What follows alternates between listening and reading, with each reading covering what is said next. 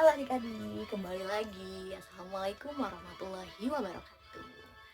Bersama saya Kak Amel, saya akan membahas mengenai materi pemanasan global atau bahasa kerennya adalah global warming untuk materi kelas 7 SMP.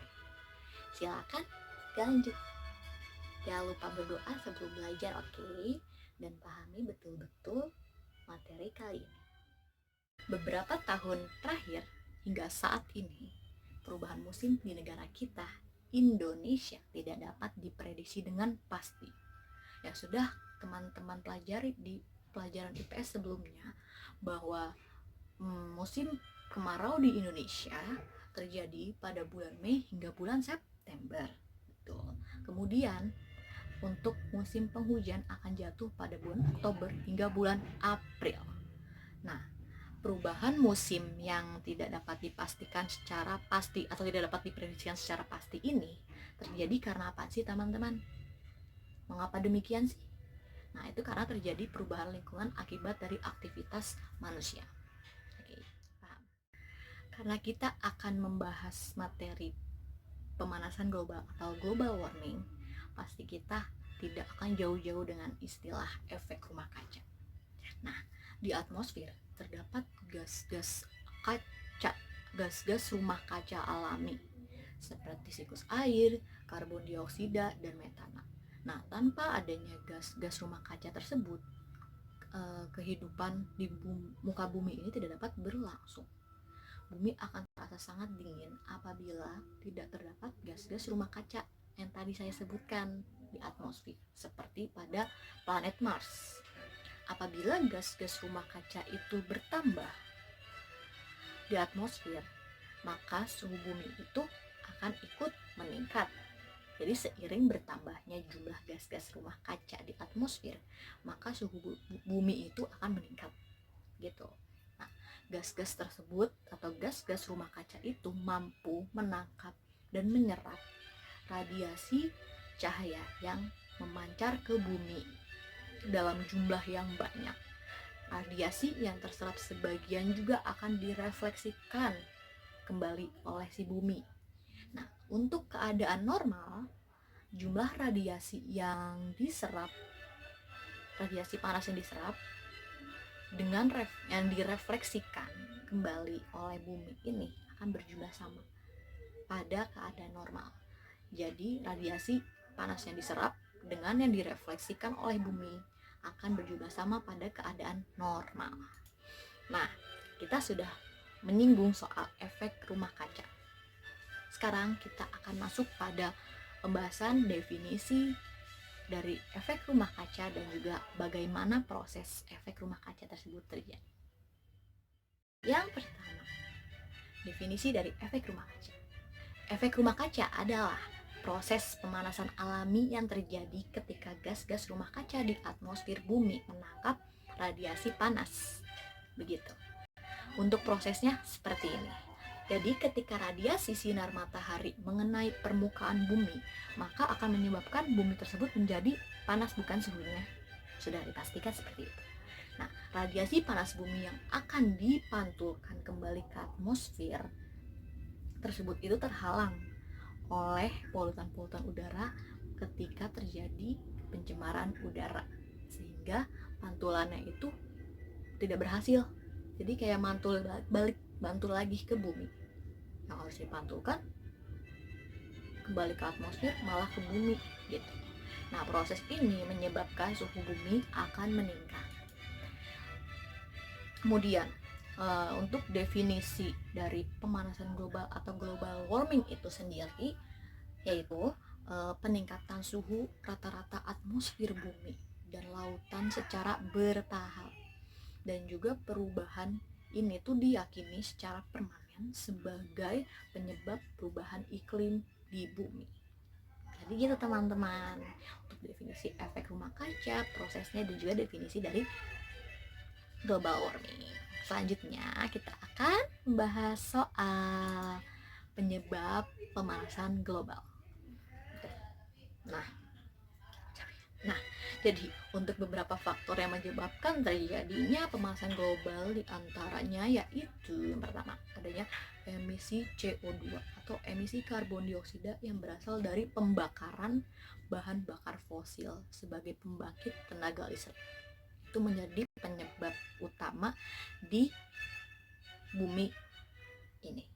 Yang kedua adalah emisi CO2 kembali atau emisi karbon dioksida yang berasal dari pembakaran gasoline sebagai bahan bakar alat transportasi.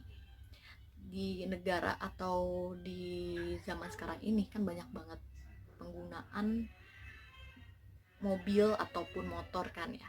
Itu menyebabkan emisi CO2 yang berlebihan. Itu dapat menyebabkan pemanasan global. Kemudian yang ketiga, emisi metana dari hewan, lahan pertanian, dan juga dari laut Arktik ya. Yang keempat, ada deforestation atau penebangan liar. Deforestation salah. Yang keempat, deforestation. Artinya penebangan liar yang disertai dengan pembakaran lahan hutan. Itu tidak baik. Jadi pembakaran itu kan pasti menimbulkan asap kan. Itu yang menyebabkan pemanasan global apabila terjadi proses pembakaran pada lahan.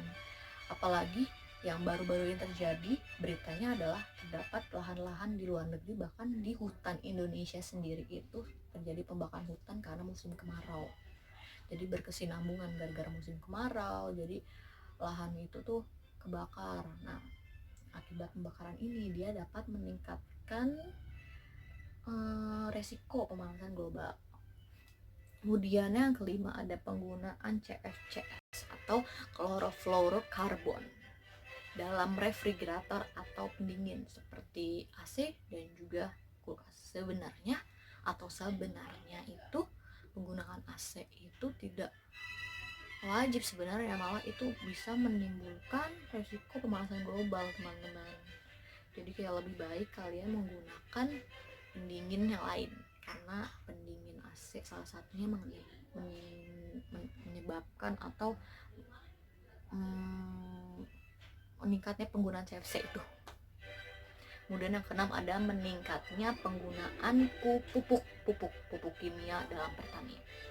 Padahal pupuk yang ramah lingkungan juga banyak kan sekarang ini, tapi karena prosesnya mungkin membutuhkan waktu lebih lama daripada pupuk kimia, jadi petani-petani lebih banyak menggunakan pupuk kimia gitu. Dan selanjutnya ada dampak pemanasan global. Nah, dampak yang ditimbulkan dari terjadinya pemanasan global di muka bumi ini, yang pertama, temperatur bumi menjadi semakin tinggi atau panas, di mana di beberapa wilayah mungkin temperaturnya menjadi lebih tinggi dan di wilayah lainnya mungkin tidak. Yang kedua, tingginya temperatur bumi dapat menyebabkan lebih banyak penguapan dan curah hujan secara keseluruhan. Kemudian yang ketiga yang paling penting yaitu mencairnya glasier yang menyebabkan kadar air laut itu meningkat. Kemudian yang keempat, hilangnya terumbu karang. Ada nih sebuah laporan tentang terumbu karang yang dinyatakan bahwa dalam kondisi terburuk populasi karang akan hilang pada tahun 2100 karena meningkatnya suhu dan juga pengasaman laut. Sebagaimana diketahui bahwa banyak spesies lain yang hidupnya bergantung pada terumbu karang. Kemudian yang kelima, kepunahan spesies yang semakin meluas. Dan yang keenam adalah kegagalan panen besar-besaran dapat terjadi dari dampak pemanasan global ini. Kemudian kita sebagai manusia harus memiliki jiwa sayang terhadap lingkungan, bukan? Nah, di sini ada usaha-usaha menanggulangi pemanasan global. Nah, beberapa usahanya yang pertama adalah menggunakan energi terbarukan dan mengurangi penggunaan batu bara, gasoline, kayu, dan bahan bakar organik lainnya. Jadi kita lebih bijak memilih untuk bahan bakar energi terbarukan yang ramah lingkungan. Kemudian yang kedua, meningkatkan efisiensi bahan bakar kendaraan. Kemudian yang ketiga, mengurangi deforestation atau penebangan lahan. Yang keempat, mengurangi penggunaan produk-produk yang mengandung mengurangi penggunaan produk-produk yang mengandung CFCs tadi atau klorofluorokarbon. Nah, yang kelima adalah mendukung serta turut serta dalam kegiatan penghijauan. Ini paling penting. Penghijauan atau penanaman kembali lahan-lahan yang sudah ditebang atau digundulkan, disebut dengan reboisasi. Nah, jadi untuk materi ini hanya segitu saja teman-teman. Semoga bermanfaat dan bisa dipelajari lebih lanjut lagi. Untuk lebih jelasnya bisa mencari tambahan dari referensi yang lain. Sekian dan mohon maaf apabila kurang jelas, terlalu rumit menjelaskannya ataupun terlalu cepat. Saya minta maaf secara pribadi dan semoga adik-adik ini lancar dalam proses pembelajaran jarak jauh. Nah, sekiranya seperti itu teman-teman materi kali ini tentang pemanasan global. Aku harap kalian teman-teman ini dapat menjelaskan atau mengerti dari maksud efek rumah kaca itu apa, terus bagaimana prosesnya, kemudian penjelasan mengenai definisi pemanasan global, dampak yang ditimbulkan, serta usaha-usaha yang dapat kita lakukan untuk mengurangi pemanasan global tersebut. Oke, saya pribadi memohon maaf apabila banyak kesalahan dalam video kali ini dan semoga bermanfaat dan terima kasih teman-teman untuk perhatiannya. Semangat terus belajarnya sampai bertemu di materi selanjutnya. Dadah. Assalamualaikum warahmatullahi wabarakatuh.